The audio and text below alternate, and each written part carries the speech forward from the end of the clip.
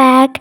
അപ്പോൾ ഇന്നത്തെ വീഡിയോ എന്ന് വെച്ചാൽ നമ്മളിന്ന് ചെയ്യുന്നത് ക്രിസ്മസ് ഒക്കെ അല്ലേ, അപ്പം നമുക്കതിന് വേണ്ടി ഒരു ക്രിസ്മസ് ഡെക്കോർ ചെയ്യാമെന്ന് എഴുതി. അങ്ങനെ നമ്മളിന്ന് ചെയ്യുന്നത് ഒരു ക്രിസ്മസ് ഒക്കെ ആയതുകൊണ്ട് നമുക്ക് ടേബിളിലൊക്കെ വെക്കാനും അതുപോലെ തന്നെ നമ്മൾ ക്രിസ്മസ് ട്രീയിലൊക്കെ തൂക്കിയിടാനൊക്കെ വേണ്ടിയിട്ടുള്ള ഒരു ക്രിസ്മസ് ഡെക്കോറാണ് നമ്മളിന്ന് ചെയ്യുന്നത്.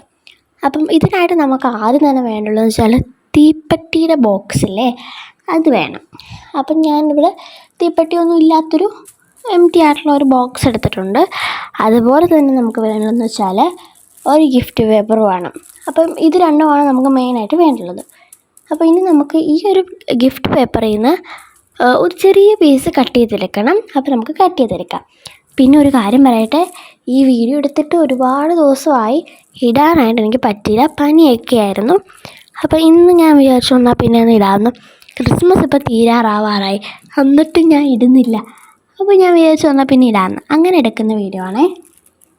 നിങ്ങളെല്ലാവരും ട്രൈ ചെയ്ത് നോക്കണം. നിങ്ങളെ വീട്ടിൽ തീപ്പെട്ടിയുടെ ബോക്സ് ഉണ്ടെങ്കിൽ എന്തായാലും നിങ്ങൾക്കിത് ചെയ്യാൻ പറ്റും. അപ്പോൾ അതാ ഇതേപോലെ ചെറുതായിട്ടൊന്ന് കട്ട് ചെയ്തെടുക്കാം. ഓക്കെ, നമുക്കിതാ ഇതേപോലെ ചെറിയൊരു പീസ് കിട്ടിയിട്ടുണ്ട്.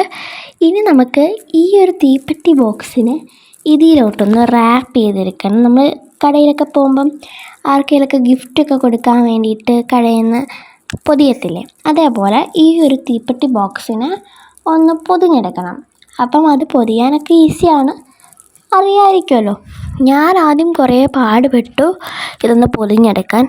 പിന്നെ എനിക്ക് എങ്ങനെയൊക്കെ ചെയ്തപ്പോൾ കറക്റ്റായിട്ട് കിട്ടി. അപ്പം നമുക്കിതൊന്ന് റാപ്പ് ചെയ്തെടുക്കാം. റാപ്പ് ചെയ്യാൻ സിമ്പിളാണ്.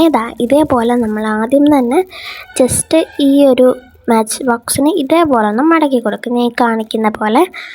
എന്നിട്ട് കുറച്ച് ചെറിയ ഒരു സെല്ലോ ടേപ്പിൻ്റെ പീസ് എടുത്തിട്ട് അവിടെ ഒട്ടിച്ചു കൊടുക്കുക. ഇതേപോലെ ജസ്റ്റ് ഒന്ന് ഉറപ്പായിട്ടിരിക്കാൻ വേണ്ടിയിട്ടാണ് ഇതേപോലെ ഒട്ടിച്ചു കൊടുക്കുക. അപ്പോൾ ഈ താഴോട്ടും കൂടി ഒട്ടിക്കുന്നുണ്ട്. നല്ല ഈ ഒരു ക്ലിയറായിട്ട് നല്ല ചുളുക്കൊന്നും ഇല്ലാതാക്കാൻ വേണ്ടി നമ്മളിങ്ങനെ ഒട്ടിക്കുന്നത്.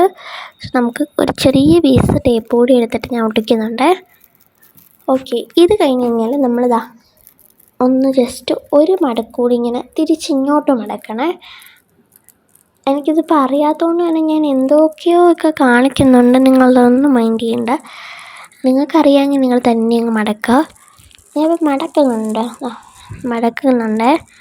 ഇപ്പോൾ ഇത് കഴിഞ്ഞ് കഴിഞ്ഞാൽ നമ്മൾ ഒരു ഫോൾഡും കൂടി ഫ്രണ്ടിലോട്ട് മടക്കുക. കണ്ടോ, ഇത്ര ആയിക്കഴിഞ്ഞാൽ പിന്നെ ഈ സിമ്പിളാണ്. കാണിച്ചു തരാം. ഇനി നമുക്കിതാ ഈ മുകളിലത്തെ പോർഷനില്ലേ, ആ മുകളിലത്തെ പോർഷനിലുള്ള ഭാഗം ഇതേപോലെ ഒന്ന് മടക്കി കൊടുക്കുക. ഗിഫ്റ്റ് പേപ്പർ പൊതിയുന്ന പോലെയൊക്കെ മടക്കുക. ഞാൻ കാണിച്ചു തരാം. അതിന് മുന്നേ നമുക്കത് ഈ ഒരു ഭാഗം കൂടി ഒന്ന് ഒട്ടിച്ചു കൊടുക്കണം. അപ്പം നമുക്ക് ആ ഒരു ഭാഗവും കൂടി ഒട്ടിച്ചു കൊടുക്കാം. ഇനി എളുപ്പമാണ്. മുകളിലത്തെ രണ്ട് ഭാഗം ഇതേപോലെ ഒന്ന് ജസ്റ്റ് മടക്കിയിട്ട് അകത്തോട്ട് വെച്ചിട്ട് ഇങ്ങനെ ഒട്ടിച്ചു കൊടുത്താൽ മതി. മനസ്സിലായെന്ന് വിചാരിക്കുന്നു.